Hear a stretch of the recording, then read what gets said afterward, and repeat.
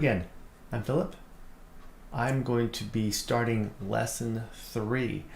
I'm going to put lesson 3 into 3 different parts. Part 1, 2, and 3. Part 1 is going to be on reading the treble clef or your right hand notes. Part 2 is going to be about reading the bass clef or your left hand notes, and part 3 is going to be kind of an all-encompassing thing. You can just skip to 3 and that will give you everything you need as far as reading music.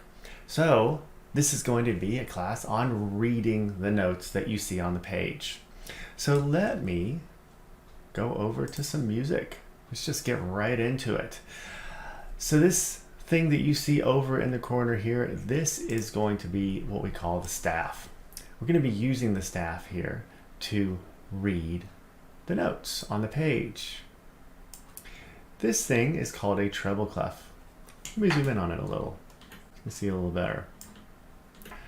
The treble clef is going to be the symbol that tells you to play the high notes, to play the notes from middle C up.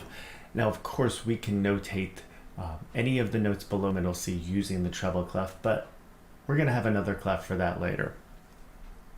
So, how we use this staff? Let's delete one of these notes. In the staff, we can put a note anywhere inside here.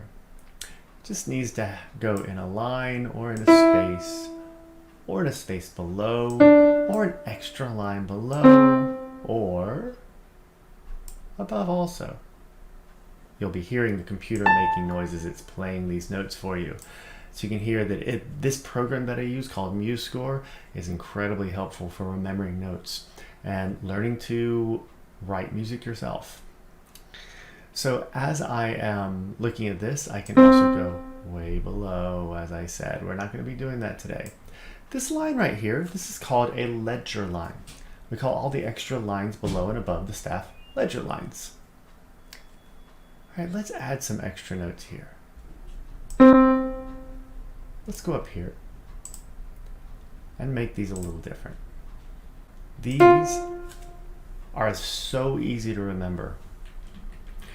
They're going to spell a word for you. It's going to make life so much easier trying to find these notes. These 4 notes spell the word face. If you can remember that, this is the first step. Just remember face. Next step is finding these notes on your keyboard. You can't just remember that it's face. You have to know where face is here.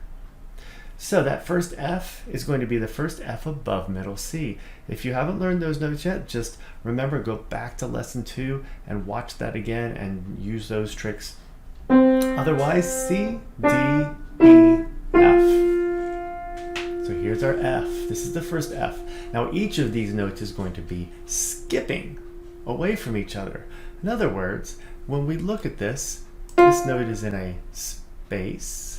This next note is in a space up, so we're skipping a note. We're skipping a note that would normally be on the line. This note here would be on the line, so we're going to go to A, F, A, and then keep going, C, E. Now, I'm going to show you how I want you to do it. Using your right hand, one finger. Doesn't matter what finger, I usually suggest the second or third finger. And here's something else I do. Embrace it with my thumb.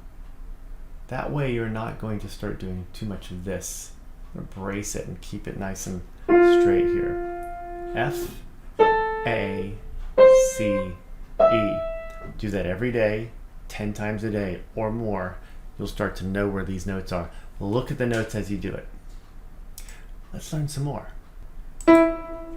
Now what if we were to do these? These are going to be a little different. E, G, B, D, F. These don't spell a word, of course. Every good boy does fine. Every great burger deserves fries. You can use a lot of different things. So let me give you one that one of my younger students gave me, and if he sees this, he can comment down below and say, that was mine. Every great big dinosaur farts. You can use any sentence you want. These are a mnemonic device that help you to remember things. So we start with this E there. You would have heard it play an E. So here's the E. That's the note you should have heard. Same as before, we're skipping. E, G, B, D, F. Every great burger deserves fries. Every good boy does fine. Every great big dinosaur farts. Any of those are perfectly fine. Eventually, also, you want to start saying E, G, B, D, F and playing them at the same time while looking at the screen and or looking at your printout. So I hope this was helpful.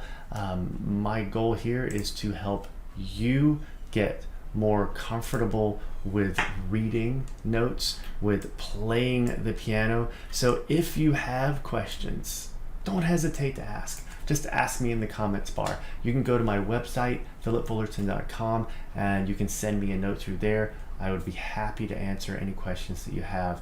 And I'm also going to be starting some group classes very soon, as soon as possible, and hope that if anyone has any interest in that, please let me know. So join me on the next one. We'll be learning the bass clef.